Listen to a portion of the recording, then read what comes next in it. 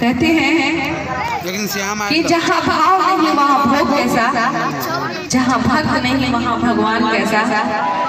इसलिए भाव के साथ, तालियों के साथ बाबा के दरबार में, मैया के दरबार में आए हैं, तो तालियों के साथ एकदम बाबा को मनाते रहना है। और विनीता जी, इस भजन के बाद जैसा कि भाव की बात आ रही है, तो भाव नृत्य भी, भाव नृत्यांगना प्रभु के दरबार में अपनी प्रस्तुति देने के लिए नृत्य के माध्यम से वो आएंगे।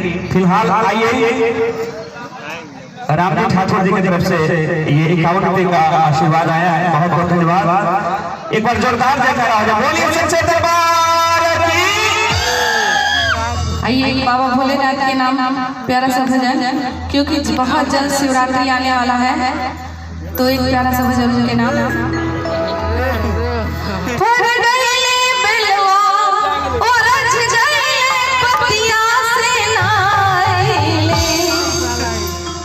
बाबा भोलेनाथ को बुलाना है और बहुत ही तालियों के साथ प्यार से बुलाना है, और दोनों हाथ से तालियां, दोनों हाथ ऊपर करके एकदम। जिनके हाथ सीधे उनकी सीधी किस्मत, जिनके हाथ टेढ़े उनकी टेढ़ी किस्मत, और जिनके हाथ नहीं उनसे कोई बात नहीं। इसलिए तालियों के साथ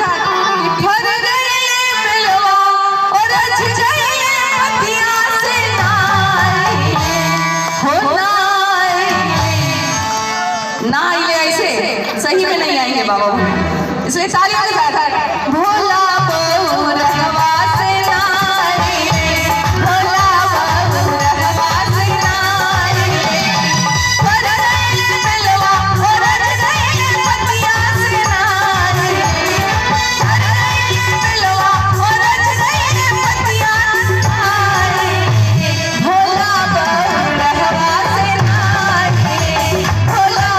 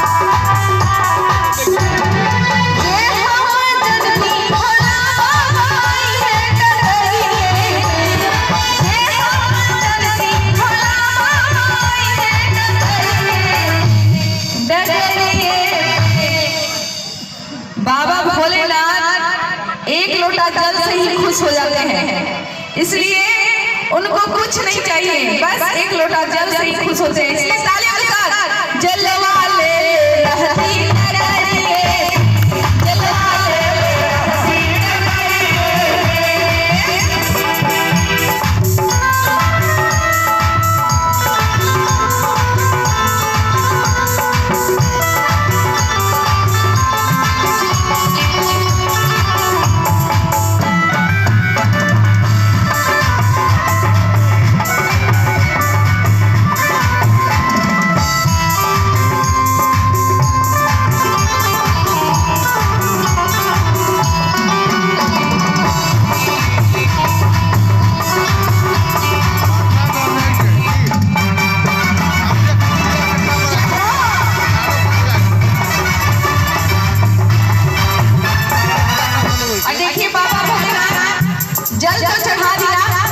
लेकिन उनको खाने के लिए चाहिए, तो क्या देना है उनको? कहते हैं कि कोई पिए पेप्सी, कोई कोको कोला, हम पिए पेप्सी, आप पियो कोको कोला, मेरे बाबा भोलेनाथ को चाहिए क्या? भांग का कोला।